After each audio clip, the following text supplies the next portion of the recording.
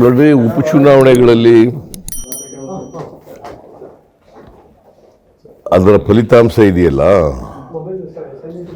ಅದು ಮುಂದಿನ ಚುನಾವಣೆ ದಿಕ್ಸೂಚಿ ಅಂತ ಹೇಳಕ್ ಬರಲ್ಲ. ಆದರೆ ಇವತ್ತು ಯಾವ ಸರ್ಕಾರ ಇದೆ, ಯಾವ ಪಕ್ಷದ ಸರ್ಕಾರ ಇದೆ, ಆ ಸರ್ಕಾರದ ಬಗ್ಗೆ ಜನಗಳ ಅಭಿಪ್ರಾಯ ಏನು ಅಂತಕ್ಕಂಥದ್ದು ವ್ಯಕ್ತ ಆಗ್ತದೆ.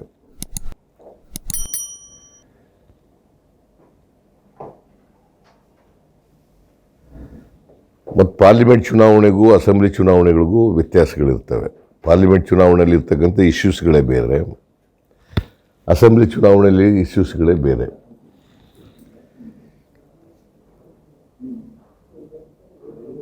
ಎಷ್ಟೋ ಜನ ಅಸೆಂಬ್ಲಿ ಚುನಾವಣೆಯಲ್ಲಿ ವೋಟ್ ಕೊಡದಿದ್ದವರು ಪಾರ್ಲಿಮೆಂಟ್ ಚುನಾವಣೆಗೆ ವೋಟ್ ಕೊಡ್ತಾರೆ, ಪಾರ್ಲಿಮೆಂಟಲ್ಲಿ ವೋಟ್ ಕೊಡದಿದ್ದವರು ಅಸೆಂಬ್ಲಿನಲ್ಲೂ ವೋಟ್ ಕೊಡ್ತಾರೆ. So it all depend upon the issues. National ಇಶ್ಯೂಸೇ ಬೇರೆ, ಸ್ಟೇಟ್ ಇಶ್ಯೂಸೇ ಬೇರೆ.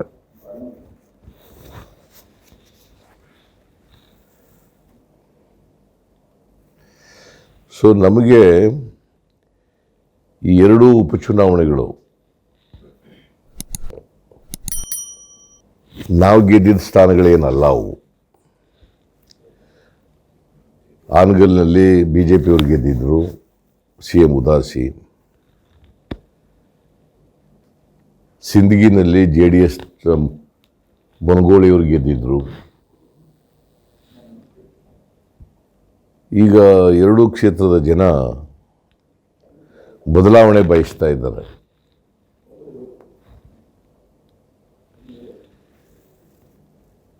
ನಾನು ನಾಮಿನೇಷನ್ ಹಾಕೋ ದಿನ ಬಂದಿದ್ದೆ ಆನಗಲ್ಗೆ. ನಿನ್ನೆ ಒಂದು ದಿನ ಪ್ರಚಾರ ಮಾಡಿದ್ದೀನಿ, ಇವತ್ತು ಪ್ರಚಾರ ಮಾಡ್ತೀನಿ ಆನಗಲ್ನಲ್ಲಿ. ಜನರ ಸ್ಪಂದನೆ ಮತ್ತು ಉತ್ಸಾಹ ನೋಡಿದ್ರೆ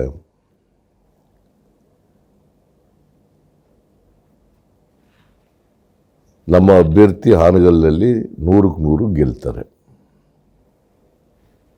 ಶ್ರೀನಿವಾಸ ಮಾನೆ ಹೋದ ಸಾರಿ ಅವರೇ ಅಭ್ಯರ್ಥಿಯಾಗಿದ್ದರು, ಅವರು 6,000 ಮತಗಳ ಅಂತರದಿಂದ ಸೋತಿದ್ದರು. ಈ ಸಾರಿ 100ಕ್ಕೆ 100 ಗೆದ್ದೇ ಗೆಲ್ತಾರೆ ಅಂತಕ್ಕಂಥ ನಂಬಿಕೆ ನನಗೆ ಬಂದಿದೆ ಮತದಾರರನ್ನು ನೋಡಿದಾಗ. ಮತ್ತು ಯುವಕರು ಹೆಚ್ಚು ಜನ ಪಾರ್ಟಿಸಿಪೇಟ್ ಮಾಡ್ತಾರೆ, ಮಹಿಳೆಯರು ಪಾರ್ಟಿಸಿಪೇಟ್ ಮಾಡ್ತಾರೆ ನಮ್ಮ ಸಭೆಗಳಲ್ಲಿ. ಬಿಸಿಲಲ್ಲೂ ಕೂಡ ಕೂತ್ಕೊಂಡು ಕೇಳ್ತಾರೆ. ನಿನ್ನೆ ನಾನು ಭಾಳ ಬಿಸಿಲು, ಎಂಥ ಊರು ಅದು, ಮೊದಲನೇ ಊರು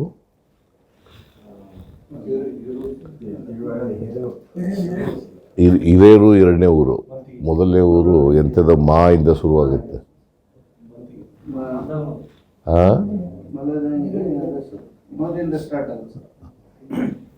ಓಕೆ, ಊರ ಹೆಸರು ಏನಾಗಿ ಮರೆತುಬಿಟ್ಟಿದ್ದೀನಿ.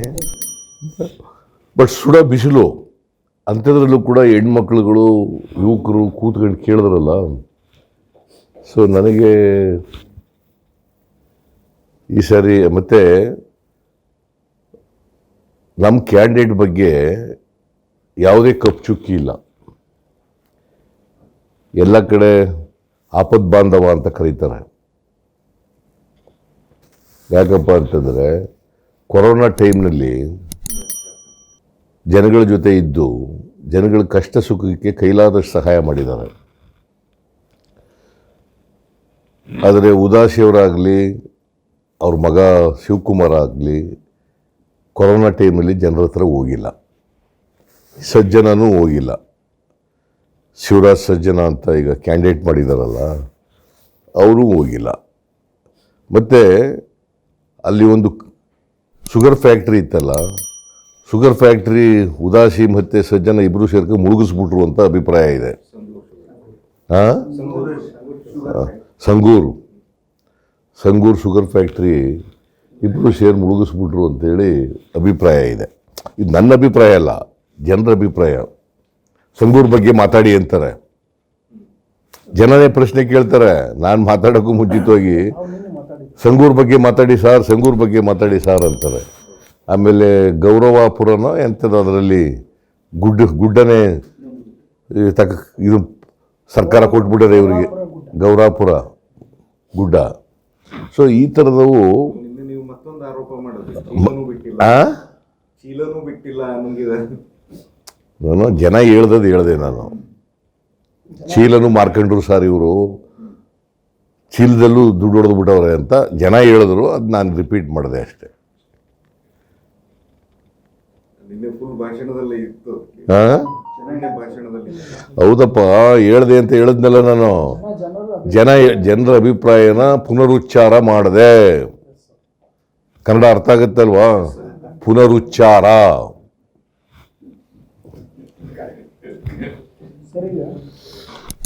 ಕೇಂದ್ರ ಮತ್ತು ರಾಜ್ಯ ಎರಡೂ ಕಡೆಗೂ ಬಿಜೆಪಿ ಅಧಿಕಾರದಲ್ಲಿ, ಬಿಜೆಪಿ ಸರ್ಕಾರನೇ ಇದೆ. ಹಂಗಾಗಿ ಆಡಳಿತ ಯಂತ್ರದ ದುರ್ಬಳಕೆ ಅಥವಾ ಹಣದ ಹೊಳೆ ಈಗ BJP-ಅವರಿಗೆ ಜನಗಳ ಮುಂದೆ ಅವ್ರ ಸಾಧನೆಗಳು ಹೇಳ್ಕೊಳ್ಳಿಕ್ಕೆ ಏನೂ ಇಲ್ಲ, ಗೊತ್ತಾಯ್ತಲ್ಲ. ಅಭಿವೃದ್ಧಿ ಕೆಲಸಗಳು ಏನೂ ಮಾಡಿಲ್ಲ. ನಂಬರ್ 1. ಕೊರೋನಾ ಬಂದಾಗ ಜನಗಳಿಗೆ ಇವರು ಸ್ಪಂದಿಸಲಿಲ್ಲ. ಲಾಕ್ಡೌನ್ ಆದಾಗ ಜನರ ಕಷ್ಟ ಕೇಳಲಿಲ್ಲ, ಅವ್ರಿಗೆ ಪರಿಹಾರ ಕೊಡಲಿಲ್ಲ. ಸತ್ತವ್ರಿಗೆ ಇವತ್ತಿನವ್ರಿಗೆ ಪರಿಹಾರ ಕೊಟ್ಟಿಲ್ಲ. ಸೊ ಈ ಅಸಮಾಧಾನ ಇದೆ ಜನರಲ್ಲಿ, ನಂಬರ್ 1. ನಂಬರ್ 2, ರಾಜ್ಯದ ಹಣಕಾಸಿನ ಪರಿಸ್ಥಿತಿ ಹದಗೆಟ್ಟೋಗಿದೆ. ದುಡ್ಡಿಲ್ಲ ಇವ್ರ ಹತ್ರ ಅಭಿವೃದ್ಧಿ ಮಾಡಲಿಕ್ಕೆ. ಇವ್ರು ಬಂದ ಮೇಲೆ 2.25 ವರ್ಷ ಆಯ್ತಲ್ಲ ಬಂದು. ಬಸವರಾಜ ಬೊಮ್ಮಾಯಿ ಬಂದು ಕೂಡ 3 ತಿಂಗಳಾಯಿತು. ಅದಕ್ಕಿಂತ ಹಿಂದೆ ಯಡಿಯೂರಪ್ಪ 2 ವರ್ಷ ಇದ್ದರು. 2.25 ವರ್ಷದಲ್ಲಿ ಯು ಮೆ ನಾಟ್ ಬಿಲೀವ್, ಒಂದೇ ಒಂದು ಹೊಸ ಮನೆಯನ್ನು ಸೂರಿಲ್ಲದವ್ರಿಗೆ ಕೊಟ್ಟಿಲ್ಲ, ಮಂಜೂರು ಮಾಡಿಲ್ಲ. Not a single house is granted to the houseless people. ನಾವು ನಮ್ಮ ಸರ್ಕಾರ ಇದ್ದಾಗ 5 ವರ್ಷದಲ್ಲಿ 15 ಲಕ್ಷ ಮನೆಗಳನ್ನು ಮಂಜೂರು ಮಾಡಿದ್ದು. ನಾವು ಮಂಜೂರು ಮಾಡಿದ ಮನೆಗಳಿದ್ವಲ್ಲ ಅವಕ್ಕೆ ದುಡ್ಡೇ ಕೊಟ್ಟಿಲ್ಲ. ಇನ್ನು ನನಗೆ ಒಬ್ಬರು ಹೊಸ ಎರೂರಿನಲ್ಲಿ ಒಬ್ಬರು, ಸರ್ ನೀವು ಮನೆಗಳ ಬಗ್ಗೆನೇ ಮಾತಾಡಲಿಲ್ಲ ಸರ್, ಒಂದು ಮನೆನೂ ಕೊಟ್ಟಿಲ್ಲ ಅಂತ ಹೇಳಿದ್ರು. ಸರ್ ನಾನೇ ಈಗ ಬಾದಾಮಿ ಕ್ಷೇತ್ರದ ಶಾಸಕ, ನಾನು ಜೊತೆಗೆ ಲೀಡರ್ ಆಫ್ ಅಪೋಸಿಷನ್ನು. ನಾನೇ ಒಂದು ಮನೆ ಕೊಡ್ಸೋಕ್ಕಾಗಿಲ್ಲ ಇವತ್ತಿನವರಿಗೆ. ಕಳೆದ 3.5 ವರ್ಷಗಳಲ್ಲಿ ಒಂದು ಮನೆ ಕೊಡ್ಸೋಕ್ಕಾಗಿಲ್ಲ ಬಡವರಿಗೆ. So this is the state of affairs in the government. ಈಗ ಯಡಿಯೂರಪ್ಪ ಬದಲಾವಣೆ ಆಗಿದ್ದಾನೆ, ಬಸವರಾಜ ಬೊಮ್ಮಾಯಿ ಬಂದಿದ್ದಾರೆ. ಅದೇ ಮಂತ್ರಿಗಳು, ಅದೇ ಸರ್ಕಾರ, BJP ಪಕ್ಷದ ಸರ್ಕಾರ. ಈಗ ಇನ್ನೂ RSSನವ್ರ ಬಿಗಿ ಜಾಸ್ತಿ ಆಗಿದೆ. ಬಸವರಾಜ ಬೊಮ್ಮಾಯಿ ಬಗ್ಗೆ RSSನವರು ರಿಮೋಟ್ ಕಂಟ್ರೋಲ್ ಇಟ್ಕೊಂಡಿದ್ದಾರೆ. ಅವ್ರು ಹೇಳ್ದಾಗ ಕೇಳಬೇಕು, ಯಡಿಯೂರಪ್ಪ ಹೇಳ್ದಾಗ ಕೇಳಬೇಕು. ಇವು ಸ್ವತಂತ್ರವಾಗಿ ಕೆಲಸ ಮಾಡೋಕ್ಕಾಗೋದಿಲ್ಲ.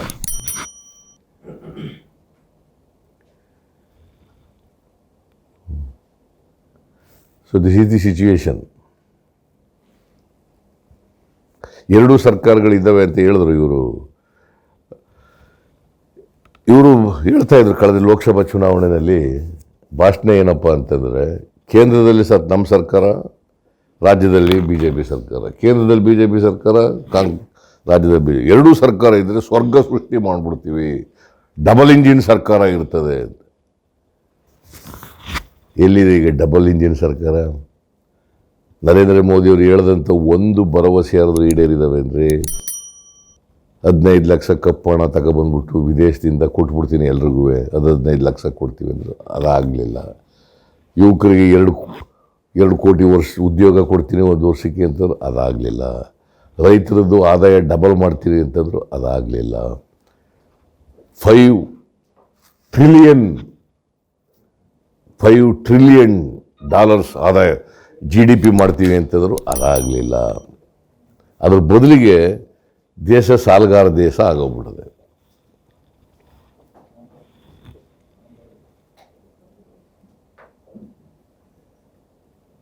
ಕೇಂದ್ರದಿಂದ ನಮ್ಮ ರಾಜ್ಯಕ್ಕೆ ಬರಬೇಕಾದಂಥ ದುಡ್ಡು ಬರ್ತಾ ಇಲ್ಲ, GST ಪರಿಹಾರ ಬರ್ತಾ ಇಲ್ಲ, ನಮ್ಮ ತೆರಿಗೆಯಲ್ಲಿ ನಮ್ಮ ಪಾಲು ಕಡಿಮೆ ಆಗ್ಬಿಡ್ತು 15th ಫೈನಾನ್ಸ್ ಕಮಿಷನ್ನಲ್ಲಿ.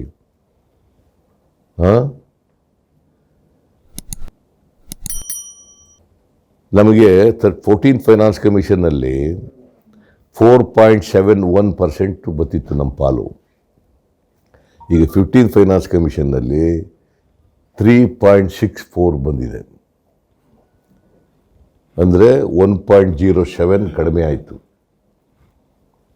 ಸೊ ಅದರಿಂದ ಏನಾಗಿದೆ ಅಂದರೆ ವರ್ಷಕ್ಕೆ 30ರಿಂದ 35 ಸಾವಿರ ಕೋಟಿ ಕಡಿಮೆ ಆಗ್ಬಿಡ್ತು ರಾಜ್ಯಕ್ಕೆ. 30ರಿಂದ 35 ಸಾವಿರ ಕೋಟಿ, 75-80 ಸಾವಿರ ಕೋಟಿ ಬರ್ತಿತ್ತು ವರ್ಷಕ್ಕೆ ನಮ್ಮ ಪಾಲು, ಸೆಂಟ್ರಲ್ ಅಸಿಸ್ಟೆನ್ಸ್ ಎರಡೂ ಸೇರಿ. ಈಗ 40-45 ಸಾವಿರ ಕೋಟಿ ಬರ್ತಾ ಇದೆ. ದಟ್ ಮೀನ್ಸ್ ಟು ಶೇ ಸುಮಾರು 1.5 ಲಕ್ಷ ಕೋಟಿ 5 ವರ್ಷದಲ್ಲಿ ರಾಜ್ಯ ಸರ್ಕಾರಕ್ಕೆ ಕೇಂದ್ರದಿಂದ ಬರಬೇಕಾಗಿರೋದು ನಮ್ಮ ಪಾಲು, ನಮ್ಮ ಹಕ್ಕು, ಅದು ಸಿಗ್ತಾ ಇಲ್ಲ.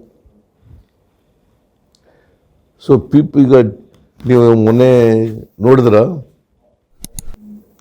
ಒಂದು ನಿನ್ನೆ ಪತ್ರಿಕೆಯಲ್ಲಿ ಒಂದು ಬಂದಿದೆ,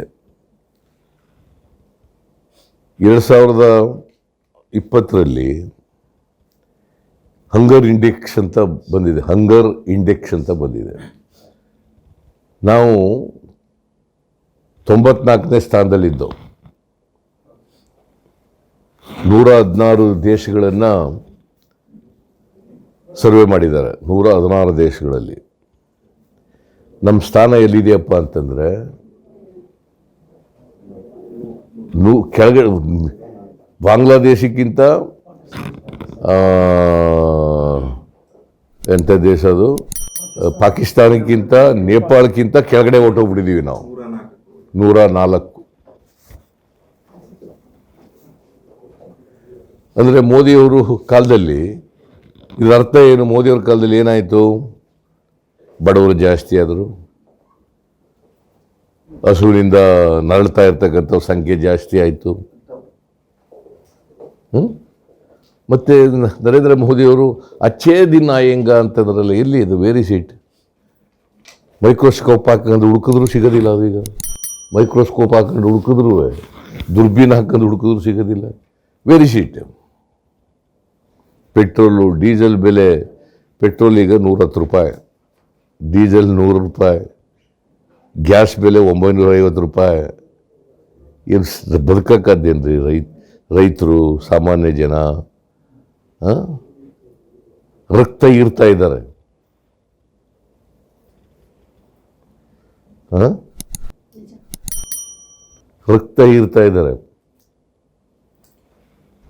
ಪ್ರತಿಯೊಬ್ಬರ ಜೇಬ್ಗೂ ಕೈ ಹಾಕ್ಬಿಟ್ಟಿದ್ದಾರೆ.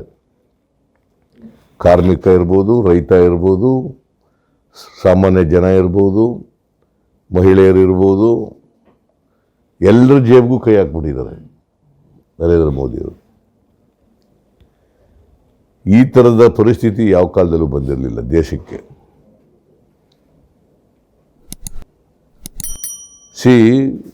ಕೊರೋನಾದಿಂದ ದೇಶದಲ್ಲಿ 50 ಲಕ್ಷ ಜನ ಸತ್ತಿದ್ದಾರೆ. ಎಷ್ಟು ಜನ? 50 ಲಕ್ಷ ಜನ. ಕರ್ನಾಟಕ ಒಂದರಲ್ಲೇ 4 ಲಕ್ಷ ಜನ ಸತ್ತಿದ್ದಾರೆ. ನರೇಂದ್ರ ಮೋದಿ ಸುಳ್ಳು ಹೇಳ್ತಾರೆ, ಇಲ್ಲಿ ರಾಜ್ಯ ಮಂತ್ರಿಗಳು ಸುಳ್ಳು. ಸುಧಾಕರ ಚಾಮರಾಜನಗರ ನಿಮಗೆ ಗೊತ್ತಾ ಎಷ್ಟು ಹೇಳಿದ್ರು?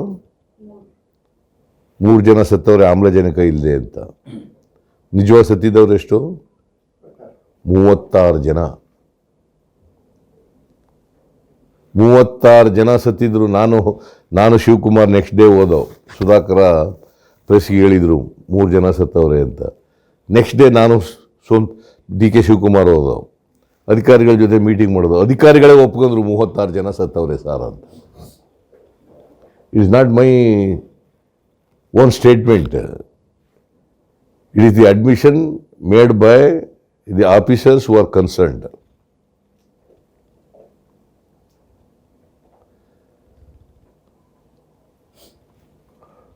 ಇನ್ನೇನಾದ್ರು ಪ್ರಶ್ನೆಗಳಿದಾವ? ಎರಡೂ ಕ್ಷೇತ್ರದಲ್ಲಿ JDSನವರು ಅಲ್ಪಸಂಖ್ಯಾತ ಆ? ಎರಡೂ ಕ್ಷೇತ್ರಗಳಲ್ಲಿ JDSನವರು ಅಲ್ಪಸಂಖ್ಯಾತ ಈಗ ಅವರು ಬುದ್ಧಿವಂತರಿದ್ದಾರೆ, ಅಲ್ಪಸಂಖ್ಯಾತರು ಬುದ್ಧಿವಂತರಿದ್ದಾರೆ. ಅವರು JDS ಓಟ್ ಕೊಟ್ಟರೆ BJP ಓಟ್ ಕೊಟ್ಟಾಗೆ ಇರ್ತಕ್ಕಂಥದ್ದು ಅವ್ರಿಗೆ ಗೊತ್ತಾಗಿದೆ. ಗೊತ್ತಾಯ್ತಾ? ಆ JDSನವ್ರು ಇದಾರಲ್ಲ, BJP ಸಪೋರ್ಟ್ ಮಾಡೋಕ್ಕೆ ಅಲ್ಪಸಂಖ್ಯಾತರ ಕ್ಯಾಂಡಿಡೇಟ್ಗಳನ್ನ ಹಾಕಿದ್ದಾರೆ ಅಷ್ಟೇ. ಇದು understanding between BJP and JDS. ಬಸವ ಕಲ್ಯಾಣದಲ್ಲಿ ಹಂಗೆ ಮಾಡಿದ್ರು. ಅಲ್ಲಿ ಒಬ್ಬರು ನಮ್ಮಲ್ಲಿದ್ದವ್ರನ್ನೇ ಕರ್ಕೊಂಡೋಗಿ ಓಟ್ ಟಿಕೆಟ್ ಕೊಟ್ಬಿಟ್ಟಿದ್ರು. ಅವನು 7,000 8,000 ಓಟ್ ತಗೊಂಡ ಪಾಪ. ಹಾಂ, ಇಲ್ಲೂ ಕೂಡ ಎರಡೂ ಕ್ಷೇತ್ರದಲ್ಲಿ ಹಾಕಿದ್ದಾರೆ. ಅದಕ್ಕೆ ನಾನು ಹೇಳಿದೆ, ಆಯ್ತಪ್ಪ, ನಿಮಗೆ ಅಲ್ಪಸಂಖ್ಯಾತರ ಬಗ್ಗೆ ಭಾಳ ಪ್ರೀತಿ ಇದ್ದರೆ ಜನರಲ್ ಎಲೆಕ್ಷನ್ನಲ್ಲಿ ಮಂಡ್ಯದಲ್ಲಿ ಒಂದು ಕೊಡಿ ಸೀಟು, ಮೈಸೂರಿನಲ್ಲಿ ಒಂದು ಕೊಡಿ, ಹಾಸನದಲ್ಲಿ ಒಂದು ಕೊಡಿ, ರಾಮನಗರದಲ್ಲಿ ಒಂದು ಕೊಡಿ. ಜನರಲ್ ಎಲೆಕ್ಷನ್ನಲ್ಲಿ ಕೊಡಿ. ಅಲ್ಲೆಲ್ಲ ಮೈನಾರಿಟೀಸ್ ಇದ್ದಾರಲ್ಲ, ಮೈಸೂರಿನಲ್ಲಿದ್ದಾರೆ, ಹಾಸನದಲ್ಲಿದ್ದಾರೆ, ರಾಮನಗರದಲ್ಲಿದ್ದಾರೆ. ಹಾಂ, ಕೊಡಿ. ಅಲ್ಲಿ ಯಾವಾರು ಕೊಟ್ಟಿದ್ದಾರ? ಈಗ ಉಪಚುನಾವಣೆಯಲ್ಲಿ ಅವ್ರು ಗೆಲ್ಲಲ್ಲ ಅಂತ ಗೊತ್ತಿದೆ. ಈಗ ಗೆಲ್ತಾರ? ನಿಮ್ಮ ಪ್ರಕಾರ ಹೇಳಿ ಅಪ್ಪ, JDS ಗೆಲ್ತಾರ? ಹಾಂ, ಸಿಂದಗಿನಲ್ಲಾಗಲಿ ಇಲ್ಲಾಗಲಿ ಗೆಲ್ತಾರ? BJP ಜೊತೆ ಒಳ ಒಪ್ಪಂದ. ಅವ್ರಿಗೇನಂದ್ರೆ their target is not BJP, their target is Congress. JDS target Congress.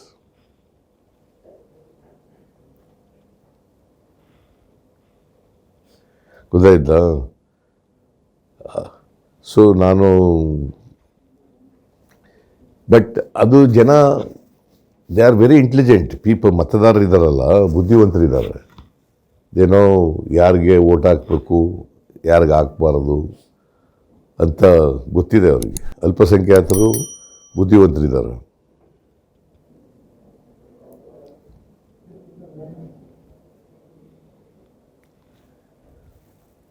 ₹10 ಹಾಂ, 10 kg ಅಕ್ಕಿ ಕೊಡ್ತೇವೆ ಅಂತ ಹೇಳಿ ನಾವು ಇದು ನಾನು ಇವತ್ತು ಹೇಳಿರೋದಲ್ಲ, ಭಾಳ ನಾನು ಕೊರೋನಾ ರೋಗ ಬಂದಾಗಲೇ ಹೇಳಿದ್ದೆ. ಇವ್ರು ಕಡಿಮೆ ಮಾಡಿದ್ರಲ್ಲ, ಆಗಲೇ ಹೇಳಿದೆ.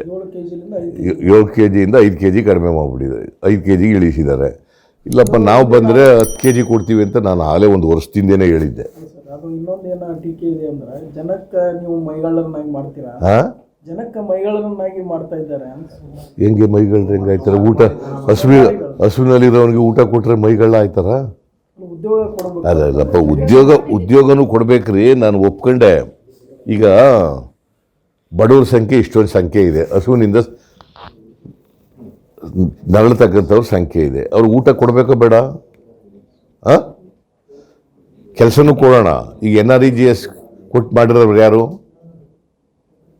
ಹಾಂ, ಯಾರ್ರಿ ಮಾಡಿದ್ದು? ನರೇಂದ್ರ ಮೋದಿ ಅವರಾ?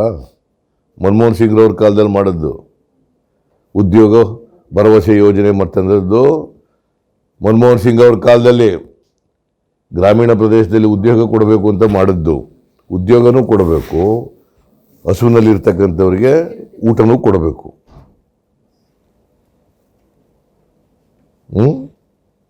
ಎಲ್ರಿಗೂ ಉದ್ಯೋಗ ಸಿಕ್ಬಿಡ್ತದ?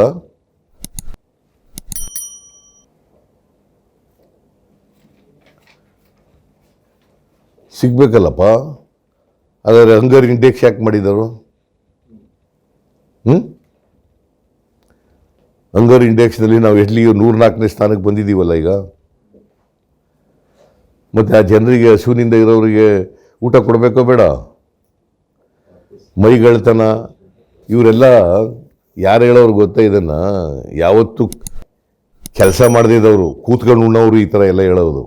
ಗಿರಾಕಿಗಳು ಕೂತು ಉಣ್ತಾರಲ್ಲ ಅವ್ರು ಹೇಳೋದು, ಇವರೊಂದಷ್ಟು ದಿನ ಕೆಲಸ ಮಾಡಲಿ, ಅವರೊಂದಷ್ಟು ದಿನ ರೆಸ್ಟ್ ತಗೊಳ್ಳಿ ಬಿಡಿ, ಏನಂತೆ? ಏನು ಅವ್ರಿಗೆ ಗೇಯ್ಬೇಕಾ? ಹಾಂ, ಕೂತ್ಕೊಂಡು ಬೊಜ್ಜು ಬೆಳೆಸ್ಕೊಂಡಿದ್ದಾರಲ್ಲ ಅವರೊಂದಷ್ಟು ದಿನ ಕೆಲಸ ಮಾಡಲಿ. ಇದು ಅಸೆಂಬ್ಲಿನಲ್ಲೇ ಹೇಳಿದೆ ನಾನು. ಪಾಪ ಈಗ MLA ಬದುಕಿಲ್ಲ, ಗುರುಪಾದಪ್ಪ ನಾಗಮಾರ್ಪಲ್ಲಿ ಅಂತೇಳಿ BJP MLA ಬೀದರ್ನವರು. ಅವರು ಒಂದು ಸರ್ ಪ್ರಶ್ನೆ ಕೇಳಿದ್ರು, ಸಿದ್ದರಾಮಯ್ಯನವರೇ ನೀವು ಎಲ್ಲ ಅಕ್ಕಿ ಕೊಟ್ಬಿಟ್ಟು ಫ್ರೀಯಾಗಿ ಎಲ್ಲ ಮೈಗಳ್ತನ ಬಂದ್ಬಿಟ್ಟದೆ, ಸೋಮಾರಿತನ ಬಂದ್ಬಿಟ್ಟದೆ ಅಂತ. ನಾನು ಹೇಳಿದೆ, ಗುರುಪಾದಪ್ಪ ನೀ ಯಾವಲ್ಲಾರು ಗುದ್ಲಿ ತಕ ಕೆಲಸ ಮಾಡಿದ್ದೇನೆಯಾ? ನೇಗ್ಲು ಕಟ್ಕೊಂಡು ಉತ್ತಿದ್ದೇನೆಯಾ? ನೀನು ಉಳಕ್ಕೆ ಶುರು ಮಾಡು, ನೇಗ್ಲು ಕಟ್ಕೊಂಡು ಗುದ್ಲಿ ತಗೊಂಡು ಅವರೊಂದಷ್ಟು ದಿನ ರೆಸ್ಟ್ ತಗೊಳ್ಳಿ ಅಂತಂದೆ. ನೀವು ಕೆಲಸ ಮಾಡ್ರಿ ಅಸೆಂಬ್ಲಿಯಲ್ಲಿ ಅವ್ರಿಷ್ಟು ದಿನ ದುಡಿದಿದ್ದಾರೆ, ರೆಸ್ಟ್ ತಗೊಳ್ಳಿ, ನೀವು ಸ್ವಲ್ಪ ಮಾಡ್ರಿ ಅಂತ ಹೇಳಿದೆ. ಅಸೆಂಬ್ಲಿನಲ್ಲೇ ಹೇಳಿದೆ ನಾನು. Mister Gurupadappa Nagamarapalli now is no more. ಒಬ್ಬ ನಮ್ಮ ಫ್ರೆಂಡೇ ಅವನು, ನಮ್ಮ ಜೊತೆಲೇ ಇದ್ದದ್ದು, ನಮ್ಮ ಜೊತೆ ಮಿನಿಸ್ಟರ್ ಆಗಿದ್ದು. JH ಪಟೇಲ್ ಕಾಲದಲ್ಲಿ ಮಿನಿಸ್ಟ್ರು, US ಮಿನಿಸ್ಟರ್. ಸೊ ಅವಾಗ BJP ಸೇರ್ಕೊಂಡಿದ್ರು. BJPಯಿಂದ ಪ್ರಶ್ನೆ ಕೇಳಿದ್ರು. ನಾನು ಹೇಳಿದೆ, ಆಯ್ತಪ್ಪ, ನಾನು ಇದು ಸರಿ ಅಂತ ಹೇಳ್ತಾ ಇಲ್ಲ, ಅವ್ರು ಸೋಮಾರಿಗಳಾಗಬೇಕು ಅಂತ ಹೇಳ್ತಾ ಇಲ್ಲ, ಕೆಲಸನೂ ಮಾಡಬೇಕು, ಹೊಟ್ಟೆ ತುಂಬ ಊಟನೂ ಮಾಡಬೇಕು. ಈಗ ಹಾನಗಲ್ ಕ್ಷೇತ್ರದಲ್ಲಿ ಕಾಂಗ್ರೆಸ್ ಬೇರು ಗಟ್ಟಿನ ಆಗಿದೆ ಅಂತ, ಕಾಂಗ್ರೆಸ್ ಬೇರು ಬಹಳ ಗಟ್ಟಿಯಾಗಿದೆ ಅಂತ ಭಾವನೆ ಇದೆ. CM ಉದಾಸಿ ಒಂದ್ಸಲ ಗೆದ್ದಿದ್ರು, ಮನೋಹರ್ ತಹಶೀಲ್ದಾರ್ ಒಂದ್ಸಲ ಗೆದ್ದಿತ್ತಾ ಇದ್ರು. ಆ ಕಾರಣಕ್ಕೇ ಇಲ್ಲಿ ನೀವು ಇಷ್ಟ ಗಟ್ಟಿ ಇರುವಂಥ ಕ್ಷೇತ್ರದಲ್ಲಿನೂ ಸಹಿತ ಸ್ಥಳೀಯರಿಗೆ ಯಾಕೆ ಟಿಕೆಟ್ ಕೊಡಲಿಲ್ಲ ಅಂತ. ಏನು ಸ್ಥಳೀಯರು ಹೆಂಗೆ ಹೋದ ಸರಿ ನಿಂತಿದ್ರಲ್ಲ ಅವರು MLA ಅಸೆಂಬ್ಲಿ ನಿಂತಿದ್ರಲ್ರಿ, 74,000 ಓಟ್ ತಗೊಂಡಿದ್ದಾರೆ. ಆ ಪ್ರಶ್ನೆ ಉದ್ಭವ ಆಗಲ್ಲ. ಈಗ ನಾನು ಬಾದಾಮಿಗೆ ಹೋಗಿ ನಿಂತು ಗೆದ್ದಿಲ್ವಾ? ರಾಹುಲ್ ಗಾಂಧಿ ಅವರು ಕೇರಳಕ್ಕೆ ಹೋಗಿ ನಿಂತು ಗೆದ್ದಿಲ್ವಾ? ಹಾಂ, ವಾಜಪೇಯಿ ಅವರು ಬೇರೆ ಬೇರೆ ಕಡೆ ನಿಂತ್ಗೆ ಗೆಲ್ತಿರ್ಲಿಲ್ವಾ? ಅದ್ವಾನಿಯವರು ಬೇರೆ ಬೇರೆ ಕಡೆ ನಿಂತ್ಗೆ ಗೆಲ್ತಿರ್ಲಿಲ್ವಾ?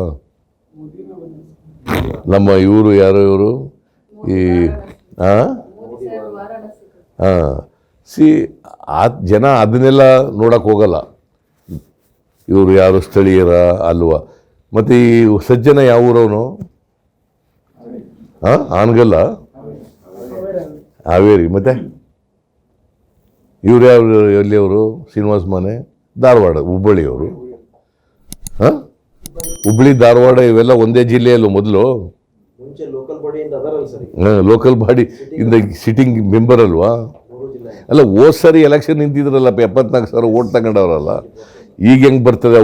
ಆ ಪ್ರಶ್ನೆ ಉದ್ಭವನೇ ಆಗಲ್ಲ. ಇದು BJP ಅವರು ಹುಟ್ಟಾಕ್ತಾರೆ, ಅದೇನದು it is not relevant at all. BJP ಅವರು ಈಗ ಹುಟ್ಟಾಕೋ ಪ್ರಶ್ನೆ ಬರ್ಬೋದು ಸರ್, ಯಾಕೆ ಅವರು ಹೊರಗಿನ ಕ್ಷೇತ್ರದ ಅಭ್ಯರ್ಥಿನೇ ಇದ್ದಾರೆ. ಮೊದಲು ಹುಟ್ಟಾಕಿದ್ರು. ನಾನು ಹೇಳ್ತಾ ಇದ್ದೀನಿ, ಕಾಂಗ್ರೆಸ್ ಇಷ್ಟು ಗಟ್ಟಿ ಆಗಿದೆ ಅಲ್ಲಿ ನಾನು ಅಲ್ಲಿ ಜನಗಳ ಅಭಿಪ್ರಾಯ, ಕಾರ್ಯಕರ್ತರ ಅಭಿಪ್ರಾಯದ ಮೇಲೆ ಕೊಟ್ಟಿರೋದು. ಮುಖಂಡರುಗಳು, ಕಾರ್ಯಕರ್ತರು, ಇಡೀ 3 ಜಿಲ್ಲೆಯ ಕಾರ್ಯಕರ್ತರು, ಮುಖಂಡರುಗಳ ಅಭಿಪ್ರಾಯ ಕೇಳ್ಕೊಂಡು ಕೊಟ್ಟಿರೋದು. ಈಗ ಮನೋಹರ್ ತಹಶೀಲ್ದಾರ್ ಏನಾದರೂ ಯಾವುದಾದ್ರೂ ಸ್ಥಾನಮಾನದ ಭರವಸೆ? ಇಲ್ಲ, ಮುಂದೆ ಅವ್ರನ್ನೂ ಕೂಡ ನಾವು ಯಾರನ್ನೂ ಕೈ ಬಿಡೋ ಪ್ರಶ್ನೆನೇ ಇಲ್ಲ. ಮನೋಹರ್ ತಹಸೀಲ್ದಾರ್ ಅವ್ರಿಗೂ ಕೂಡ ಮುಂದಿನ ದಿನಗಳಲ್ಲಿ ಅವರಿಗೆ ಪಕ್ಷ ಅವ್ರನ್ನ ಗೌರವಯುತವಾಗಿ ಕಾಣ್ತಕ್ಕಂಥ ಕೆಲಸ ಮಾಡ್ತೀವಿ. ಈಗ 2,400 ಕೋಟಿ ರೂಪಾಯಿ ಅನುದಾನ ನೀವು ತಾವು CM ಆಗಿದ್ದಾಗ ಕೊಟ್ಟಿದ್ರೆ? ನಾನು ಹೇಳೋದಲ್ಲ, ಮನೋಹರ್ ತಹಸೀಲ್ದಾರೇ ಭಾಷಣ ಮಾಡಿದ್ರು ನಿನ್ನೆ. 5 ವರ್ಷದಲ್ಲಿ 2,400 ಕೋಟಿ ರೂಪಾಯಿ ನಮ್ಮ ಕ್ಷೇತ್ರಕ್ಕೆ ಅನುದಾನ ಕೊಟ್ಟಿದ್ರು ಅಂತೇಳಿ ನನಗೂ ಗೊತ್ತಿಲ್ಲ, ಮರ್ತೋಗ್ಬಿಟ್ಟಿತ್ತು. ಅವರೇ ಹೇಳಿದ್ದು. ಮನೋಹರ್ ತಹಸೀಲ್ದಾರ್ 2013ರಿಂದ 2018ರವರೆಗೆ MLA ಇದ್ರಲ್ಲ, ಮಿನಿಸ್ಟರ್ ಆಗಿದ್ರಲ್ಲ, ಆಗ ನಾನು 2,400 ಕೋಟಿ ರೂಪಾಯಿ ಕೊಟ್ಟಿದ್ದೀನಿ 5 ವರ್ಷದಲ್ಲಿ ಅನುದಾನ.